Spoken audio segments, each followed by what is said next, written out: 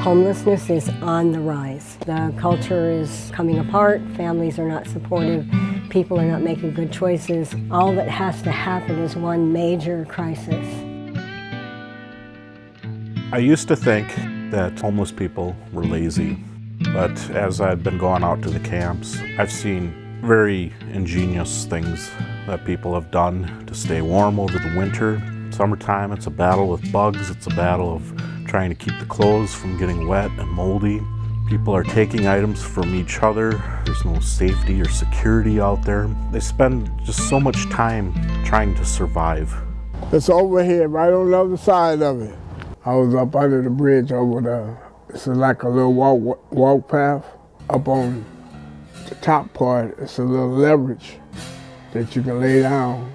We met James doing an outreach just before Thanksgiving. Every day that they could come through that way, they was there. They always brought us change of clothes, toothpaste.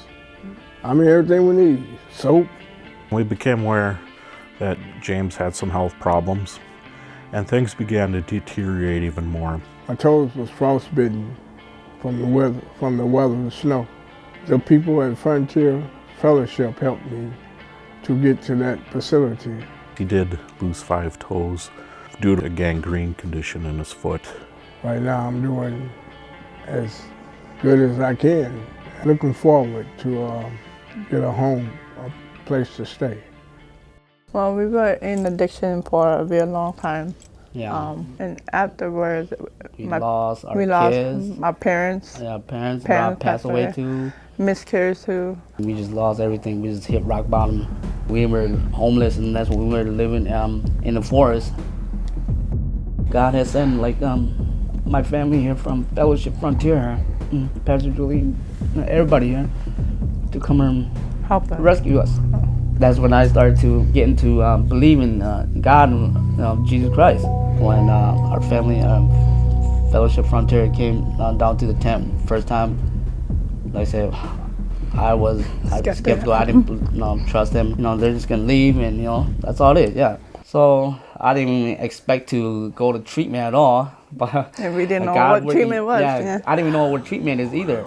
Everybody down there is a daughter, a son, a mother, a father. Could have been an attorney. Maybe they were a nurse. Maybe they were in the military. Life happens. It is very hard for homeless people to change. I think we just assume that people know where to get where they need to go. If it wasn't for these guys, I think a lot of us out here would be in really terrible shape. Not just emotionally or mentally, but physically. So the first thing we do is we ask them, if money was no object and time was not an issue, what would you like your life to be like in 1 year? We don't tell people what they should want. We try to get them to tell us what they want. So most of the staff here have been addicts. And so we know how hard it is to change. And we know we don't just naturally dry up and just decide to start following Christ.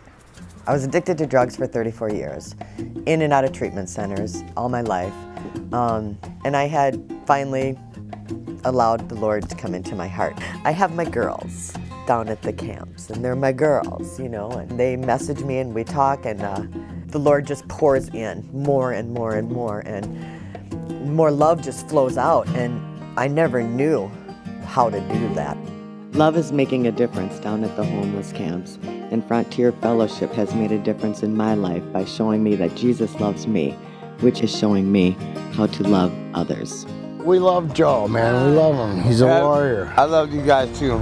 Fellowship, they've come and they've helped me so much. They come and they drop off food and water and stuff to us all the time. They make sure that if it wasn't for them, I don't think I'd make it out here as much as I do. So we believe very much in discipling and bringing people in so that we can nurture and love them and call them up into God's destiny for them. They want us to tell our testimony to others about the homeless. Yeah, go give my testimony to homeless people, or to people who needs help or needs guidance.